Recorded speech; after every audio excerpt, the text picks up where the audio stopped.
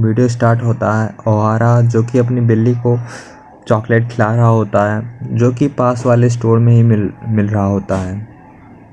अपनी बिल्ली को यह कहता है कि तुम नाराज़ हो गए होगे ना कामा, बहुत दिन बाद तुमसे मिला और तुम्हें अकेला छोड़ दिया ऐसे। ये सब वह फिर अपनी बात बताने लगता है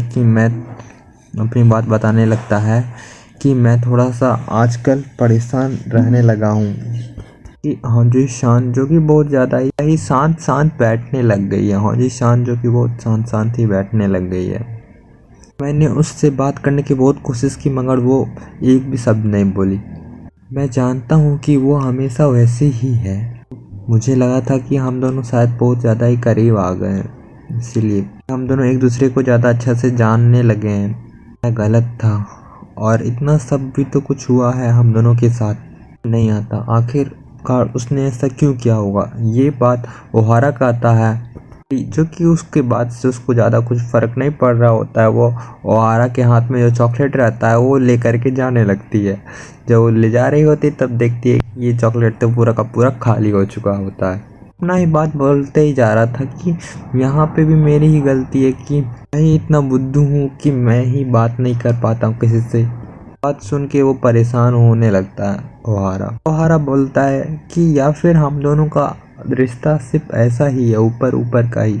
सब बात सोच के वो तो पूरा का पूरा कंफ्यूजन में रहता है। सीन शिफ्ट होता है रिका हंजी शान के बिल्डिंग के पास, जहाँ पर रिका हंजी शान अपने लैपटॉप में एक शो देख रही होती है, बोची कोमोरी का।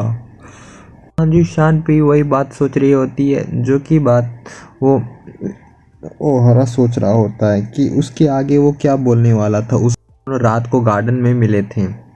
होता है ऑफिस का, जहाँ पर उसकी मैम या बॉस कह लो, उसकी बॉस जो कि सबको गुड मॉर्निंग कहती है और बोलते कि आज हम लोग बहुत मन लगा के काम करेंगे।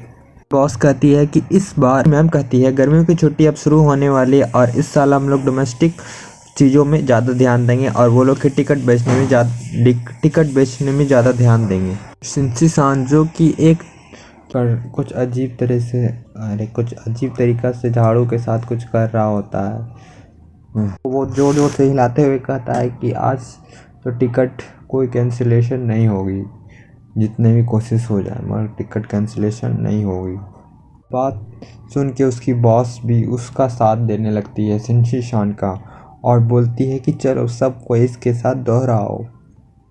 वो हाथ पकड़ के सबको बोलने लगते हैं कि कोई कैंसिलेशन नहीं होगी, कोई कैंसिलेशन नहीं होगी।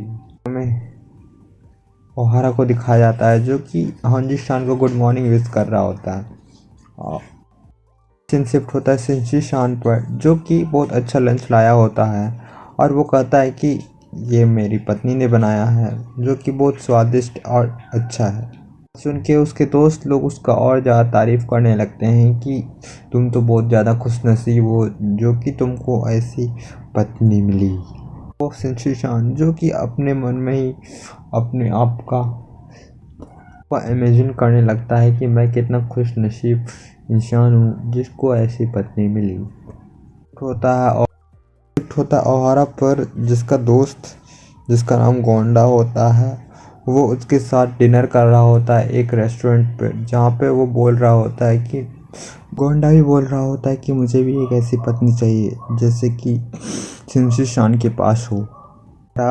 ओहारा जो कि बोलता है कि आज तुम्हारा मूड कैसे हुआ मेरे साथ ड्रिंक करने की। दोस्त बोलता है कि ऐसा मत कहो, मैं तो तुमसे सलाम मांगने के लिए आया हूँ मेरे लब गुरु। ओहारा बोलता है कि मैं कोई लब गुरु नहीं हूँ, तुम मेरे को इस नाम से मत बुलाया करो, मुझे अच्छा नहीं लगता। जो कि ये सब बात सुन के थक गया होता है और पक भी गया होता है। इसी कारण वो कहता है कि मैं अब यहाँ से जा रहा हूँ, मेरा कामा अभी घर में अकेला है, अब मेरे को जाना चाहिए। तभी उसका दोस्त बोलता है कि अरे क्यों, अभी मत जाओ यार, अभी तुमसे और भी कुछ बात करना है। फ्रेंड बोलता है कि उसका दोस्त बोलता है कि लड़की लोग तब देखती है उस लड़की को जब उसको पसंद कर रही होती है, ऐसे कोई लड़की नहीं देखती है किसी भी लड़का को। ये सब बात सुन के ओहारा बोलने लगता है कि अच्छा ऐसी बात है। सुबह का सीन शिफ्ट होता है, जहाँ पर हमारा मेन कैरेक्टर ओहारा जो कि ऑफिस गया होता है और वहाँ पर सब कोई पूरा बिजी होते हैं, सब कोई अपने कामों में बहुत ज़्यादा बिजी होते हैं। बॉस बोलने लगती है कि एक बात बताओ, शिनशान कहाँ है और अभी तक वो ऑफिस क्यों नहीं आया है, और वो क्यों नहीं आया आज, कुछ रीज़न बताओ उसके बारे में।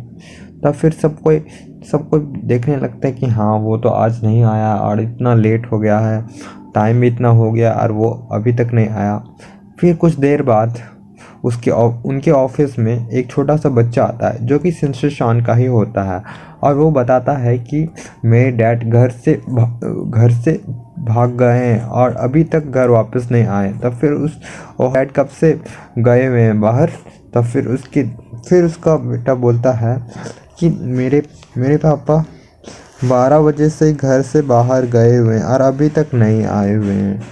और ये सब बात सुन करके सब कोई परेशान हो जाते हैं और हक्का बक्का हो जाते हैं। तब फिर इसमें कि ओहारा तुम उस बच्चे को संभालो और उसके साथ उसके डैड को ढूंढने जाओ और हम लोग यहाँ पे ऑफिस का काम संभालते हैं। और फिर ये सब बात सुन के फिर ओहारा चला जाता है उस बच्चे के डैड को ढूंढने के लिए। फिर वो दोनों एकदम से थक जाते हैं और उसका बेटा भी थक जाता है चलते चलते। तब फिर ओहारा उसको देखता है, तब फिर बोलता है कि चलो हम लोग कहीं एक जगह पर थोड़ा सा ब्रेक लेकर के लंच करते हैं। तो फिर उसका बेटा भी मान जाता है और वो दोनों एक जगह पे बैठ के लंच कर रहे होते हैं। दोनों लंच कंप्लीट कर इसमें काम कर रहे हैं। एक बूढ़े आदमी ने बोला कि रुको, तुमने वो वाली जगह ढूंढी जहाँ पर बहुत कम ही लोग आते हैं और बहुत कम ही लोग आते हैं, इतने कम लोग आते हैं कि वहाँ पता नहीं वो होटल कैसे चलता है, मगर चलता है तब भी वहाँ पे बस उदास वाले लोग आते हैं, डिप्रेशन वाले। ओहारा बोला कि ये कौन सी जगह है। तब फिर वो उसके एड्रेस बताता है और फिर ओहारा जो कि एक बार में जाता है, जो कि वो बार बहुत ज़्यादा ही अजीब जगह में था। इसी कारण उसको ढूंढने में थोड़ा टाइम लग गया था और उसके जितने ही दोस्त थे वो भी वहाँ पे आ गए होते हैं उस बार में। मगर उस बार में बस वही लड़के लोग जा रहे होते हैं और वो लड़की नहीं जा रही होती है। वो लड़की जो कि उस बच्चे को संभाल रही होती है और बोलती है कि मैं यहीं पे रुकती हूँ और तुम लोग अंदर जाओ। फिर जैसे वो लोग अंदर जाते हैं तो उसके डैड दिखते हैं जो कि एक कागज़ को रब कर रहे होते हैं और फिर उसको रब ही करते रहते हैं, जिसके कारण उसमें जो लिखा हुआ रहता है वो मिटता नहीं है। तो उसके डैड बहुत ज़्यादा ही अपसेट हो जाता है और फिर डिप्रेशन में चले जाते हैं कि ऐसा ही क्यों, आज ही क्यों, ऐसा क्यों। बोलने लगे मुझे उस पुराने दिन ही लौटा दो, मैं अब ये ज़िंदगी के जी के थक गया हूँ। बोल करके वो अचानक वहाँ से दौड़ा और दौड़ के बाहर चला गया। उसका बेटा भी उसको देखने लगा और बोला कि डैड आप कहाँ जा रहे हैं डैड। लोग शिनशान का पीछा करने लगे थे और शिनशान का पीछा करते करते वो लोग एक पार्क पहुंच गए थे, जहाँ पे उसके डैड जो कि एक पेड़ में चढ़े हुए थे और वो चिंपांजी के जैसा एक्टिंग कर रहे थे, पता नहीं क्यों। शिनशान के बेटे ने अपने डैड को देखा तो फिर वो दौड़ते दौड़ते उसके पीछे जाने लगा। तभी शिनशान ने उसे पकड़ लिया और फिर उसे चुप कराया। रास्ते में जॉनसन खड़े हुए थे अपना मुक्का बनाते हुए और शिनशान जो कि बंदर के जैसा दौड़ते दौड़ते आ रहे थे।